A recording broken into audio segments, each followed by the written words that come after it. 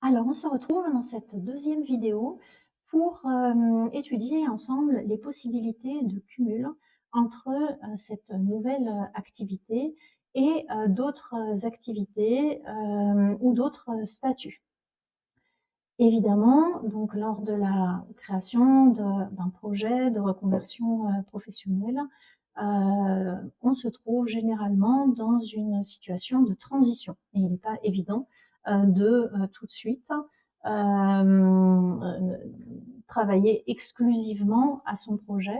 Il est parfois nécessaire bien, de pouvoir mener en même temps plusieurs activités ou cumuler avec des statuts qui nous permettent de maintenir un niveau acceptable de revenus. Donc nous allons étudier déjà la possibilité de cumul avec le statut de demandeur d'emploi. Donc là, nous sommes dans l'hypothèse où d'un demandeur d'emploi, donc d'une personne qui a déjà cessé son contrat de travail, et il va alors être possible de cumuler les aides de France Travail avec les revenus générés par la nouvelle activité. Donc, pour ça, deux possibilités. Soit en choisissant le maintien partiel de l'ARE. L'ARE, donc c'est l'aide de retour à l'emploi.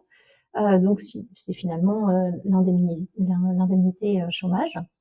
Il va être possible de choisir de l'accumuler avec les nouvelles ressources générées. Et ce qui va être versé par France Travail, c'est la différence entre les deux. Donc admettons, si l'allocation ARE est de 1 500 € et que nous avons généré au titre de notre nouvelle activité 500 €, eh bien France Travail va verser la différence entre les deux, donc 1 000 € d'indemnité. La bonne nouvelle, c'est que désormais, le montant qui n'est pas versé, parce que finalement couvert par les recettes de la nouvelle activité, vont pouvoir être reportés. C'est-à-dire qu'ils ne sont pas perdus et ils vont prolonger d'autant la durée de l'indemnisation chômage. Donc c'est véritablement une bonne chose pour voilà, pouvoir se lancer plus sereinement. La deuxième possibilité est de choisir le versement d'un capital. Donc là, ça va concerner le cas où on anticipe d'avoir des besoins de fonctionnement, de financement importants pour des investissements relatifs à cette nouvelle activité. Et dans ce cas-là, il peut être utile de recevoir eh bien, un capital. Et ce capital va pouvoir représenter 60% du montant total de l'ARE calculé sur la durée de vos droits.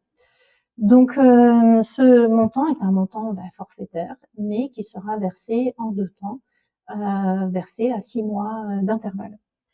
Alors, bien sûr, pour pouvoir bénéficier de ces aides-là, il faut absolument que le contrat de travail ait cessé avant l'immatriculation en tant qu'entrepreneur individuel.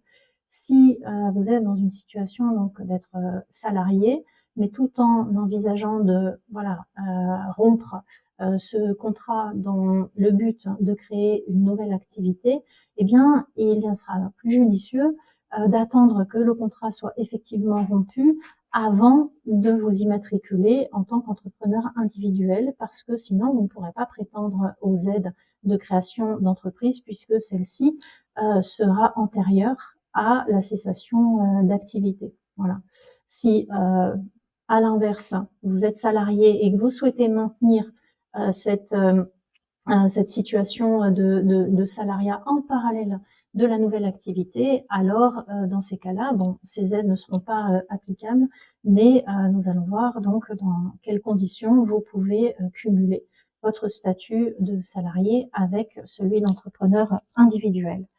Donc ce cumul est tout à fait possible, mais dans le respect du contrat de travail. C'est-à-dire que vous allez devoir vérifier dans votre contrat de travail qu'il n'y a pas de clause d'exclusivité dont le champ d'application eh bien rendrait impossible l'exercice d'une activité de la nature de celle que vous envisagez de réaliser. Donc vous devez vérifier, voilà, votre contrat ne contient pas une telle clause ou une telle interdiction. De la même façon, votre activité, quels que soient les termes du contrat de travail, mais ne devra pas venir concurrencer votre employeur parce que, en tant que salarié, vous avez une obligation générale de loyauté envers votre employeur. Donc, quels que soient les termes du contrat de travail, en aucun cas vous ne pouvez venir concurrencer votre employeur. Et puis, troisième condition, eh bien, votre activité libérale ne doit pas s'exercer sur les horaires de travail parce que là, évidemment, ce serait constitutif d'une faute lourde. Une faute lourde, donc, est susceptible d'engendrer un licenciement sans indemnité et de rompre les droits à chômage. Alors, à présent, si vous êtes fonctionnaire, alors là, le principe, c'est un principe de non-cumul de l'activité d'entrepreneur individuel avec le statut de fonctionnaire, lorsque vous êtes à temps plein. Donc, si vous êtes à temps plein, vous ne serez pas autorisé à exercer une autre activité libérale. Il y a quelques dérogations qui existent. C'est ce que l'on appelle les activités accessoires, mais ces activités sont limitativement énumérées et l'activité de thérapeute ou de praticien en relation d'aide ne fait pas partie des activités accessoires limitativement énumérées, donc ne permettent pas de bénéficier de cette dérogation-là. Donc, ce qu'il faut retenir, c'est que si nous sommes à temps plein, il n'est pas possible de cumuler une activité en tant qu'entrepreneur libéral.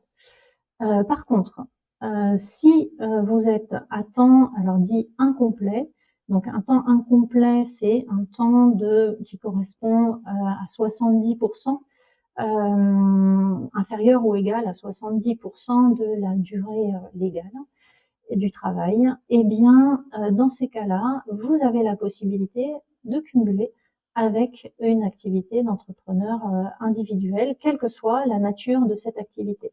Vous aurez simplement à informer l'administration de la création de cette activité-là. Ce n'est pas une autorisation préalable, néanmoins, l'administration peut s'opposer à l'exercice de cette activité si elle estime qu'elle peut nuire à la qualité du service public ou qu'elle peut nuire à l'indépendance de l'agent. Donc, qu'est-ce qu'on entend par l'indépendance de l'agent? Ce serait typiquement le cas où l'agent pourrait se servir finalement de ses relations ou de ses contacts en tant qu'agent public pour démarcher des clients, des futurs clients, des prospects, pour son activité libérale parallèle. Donc là, on serait voilà dans un cas d'atteinte à l'indépendance de l'agent et qui pourrait générer effectivement une réaction, voire une sanction de l'administration. Autre possibilité, c'est la mise en disponibilité, voilà, ce qui assure voilà, la sécurité pour retrouver un statut en cas voilà, d'échec ou d'insatisfaction en lien avec ce projet de création d'entreprise. Mais bon, évidemment, pendant ce temps-là, donc la rémunération n'est pas versée. Donc voilà, ça ne permet pas, en tout cas, de continuer à bénéficier de la sécurité de sa rémunération pendant l'exercice de son activité indépendante. Alors, nous arrivons au terme de cette vidéo donc relative aux possibilités de cumul entre la nouvelle activité libérale et d'autres activités ou d'autres statuts. Et je vous propose de nous retrouver au cours d'une troisième vidéo qui, elle, va être un focus particulier sur la structure de la micro-entreprise. Pourquoi? Parce que cette entreprise est généralement celle qui est la plus plébiscitée lors du démarrage d'une activité, lors du test d'une activité.